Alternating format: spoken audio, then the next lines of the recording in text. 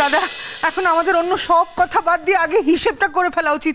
আমাদের সবার কাছে কত টাকা আছে বলো তো? সব মিলিয়ে এই তোমাদের টাকা ধরে আমার কাছে 10 লাখ টাকার মতো হবে, বিয়ের টাকাটা ধরে। বেশ, 10 লাখ আছে তো? আমাদের ছাড়ি তো আর কারোর কাছে কোনো টাকা নেই যে আমরা আরো কোথাও থেকে টাকা দিতে পারবো। আচ্ছা আচ্ছা, ব্যাংক লোন নিলে কেমন হয় দাদা? তুই ভুলে যাচ্ছিস পুটুদি, হাতে মাত্র 2 দিন সময়, শনিবার আর রোববার। সোমবার দিন তো আমার টাকা শোধ করার দিন। তুই কোথা থেকে লোন নিবি পুটুদি? মাঝে শনিবার, কালকে সমস্ত ফর্মালিটিস তো পূরণ করা যাবে না। আমি ধার করব, ধার। আমি কলিগদের কাছে সবার কাছে কিছু কিছু করে টাকা চাইবো। আমি তো কখনো কারোর কাছে কিছু চাইনি, ওরা নিশ্চয়ই দেবে। সে আর কত টাকা ফুটু, সে টাকায় কি হবে? আমার অ্যাওয়ার্ডের 5 লাখ টাকা আছে না, ওটা সে আমি মনে মনে হিসেব করেই নিয়েছি।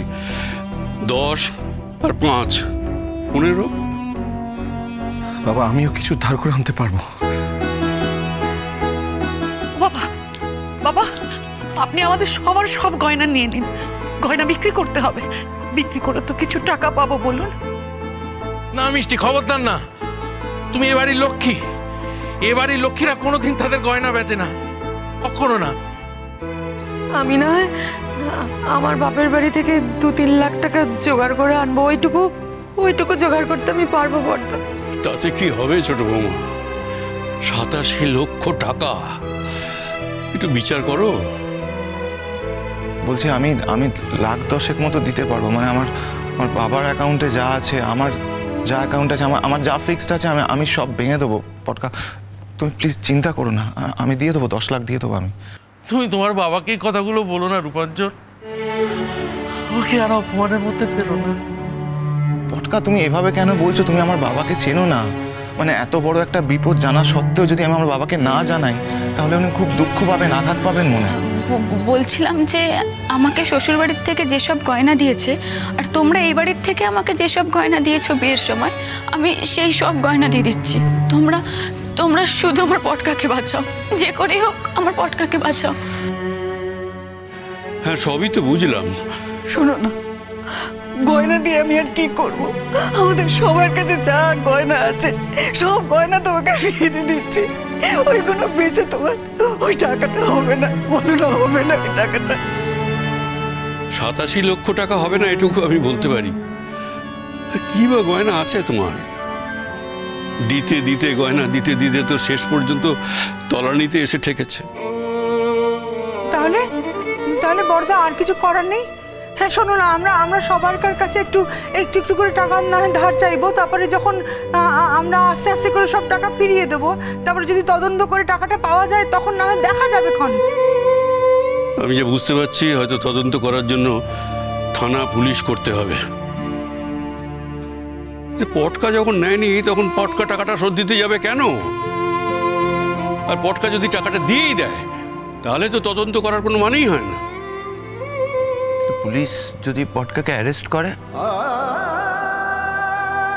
পুলিশের যা নিয়ম পুলিশ তাই করবে। সেক্ষেত্রে তো আমরা কিছু করতে পারবো না। আইনে যা হওয়ার তাই হবে। কিছু একটা বন্দোবস্ত হবে, পটকা।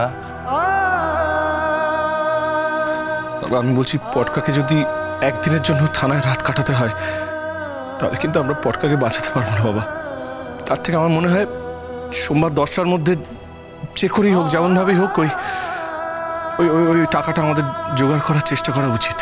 পটকা, তুমি টেনশন নিও না। আমারও তো কিছু বন্ধু বান্ধব আছে না, যারা খুব ভালো চাকরি বাকরি করে। হ্যাঁ, আমি তাদের কাছে টাকা চাইবো।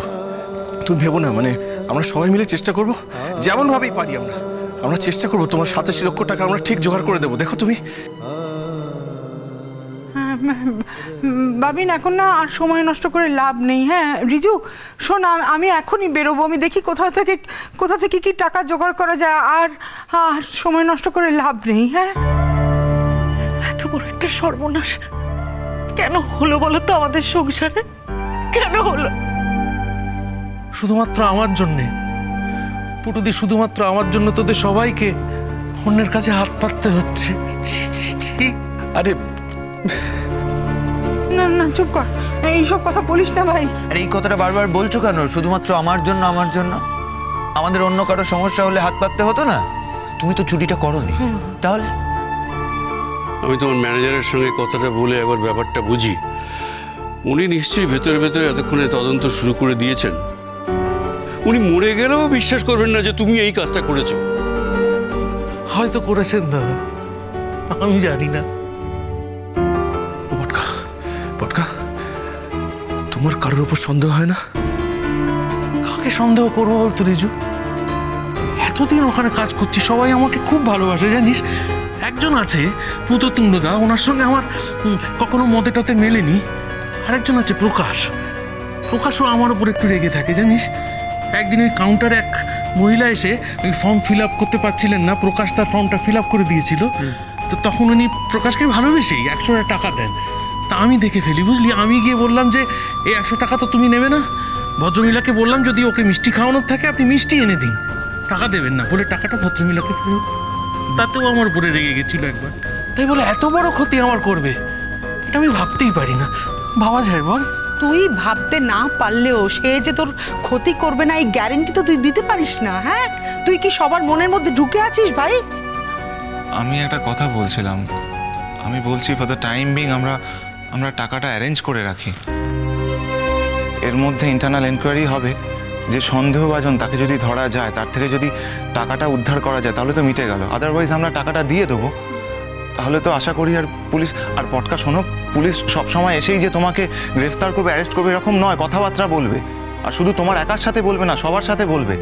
এত সহজে সব কিছু হয় না পটকা, তুমি জাস্ট ভেঙে পড়ো না এভাবে।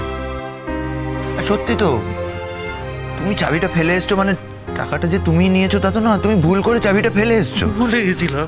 তাই তো, এই পুরো বিষয়টার তো তদন্ত হওয়া দরকার, তদন্ত হবে। হ্যাঁ, ইন দ্য মিন টাইম আমাদের যেটা করতে হবে যে আমাদের এই টাকাটা জোগাড় করে রাখতে হবে, মানে গুণাগার হিসেবে তো দিতে হবে, তাই জোগাড় করে রাখাটা খুব ইম্পর্টেন্ট।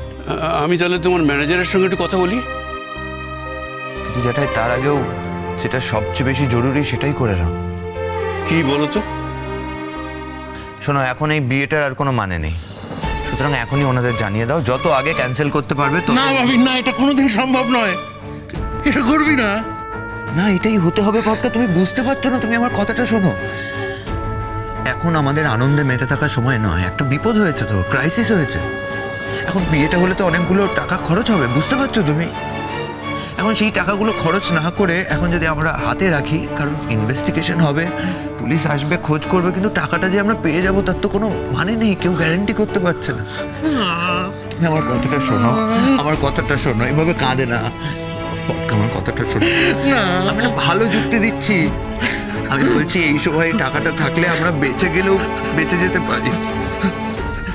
এটাতে না বলো না, এটা খুব ইম্পর্টেন্ট এই মুহূর্তে। জ্যাঠাই, ও জ্যাঠাই, আমি বলছি এটা ছাড়া মনে হচ্ছে আর কোনো উপায় নেই। তুমি একটু কৌশিক স্যারকে ফোন করো না জ্যাঠাই, এটা ক্যান্সেল করে দাও, টাকাটা আমাদের খুব প্রয়োজন এখন।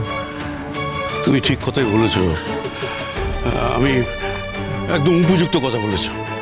আমি এখনই কৌশিক বাবুকে ফোন করছি। কথা বলো।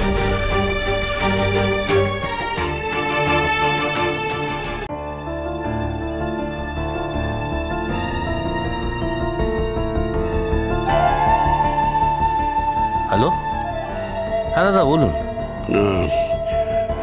বলার বিশেষ কিছু নেই, যেটা বলার সেটা হচ্ছে যে আমাদের বাড়িতে এমন একটা পরিস্থিতি হয়েছে, সেই কারণে এই বিয়েটা নিয়ে আমরা এখন ভাবতে পারছি না। বিয়েটা আপাতত আমরা ক্যান্সেল করছি।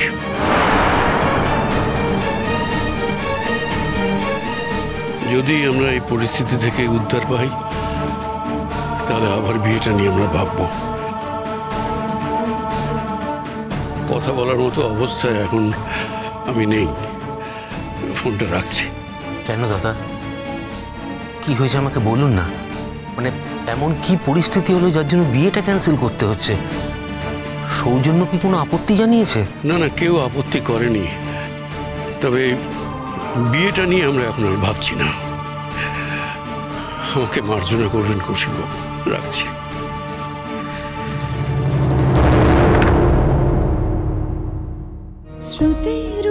স্রোত ভাটিয়ান শ্রুতি ভাসে খড়কুটো সময় নদীতে উথাল পাথাল পুরো ঘুড়ি ছেঁড়া সুতো শোনা হয়ে যায় পুরনো দুয়ার ঘর বাড়ি চেনা মুখ স্রোতের সন্ধ্যা স্রোতের আজান স্রোতের দুঃখ সুখ খড়কুটো।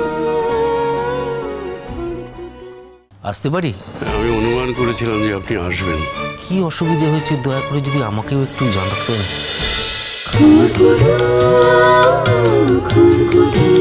চলো চলো চলো চলো চলো পাল্টাই।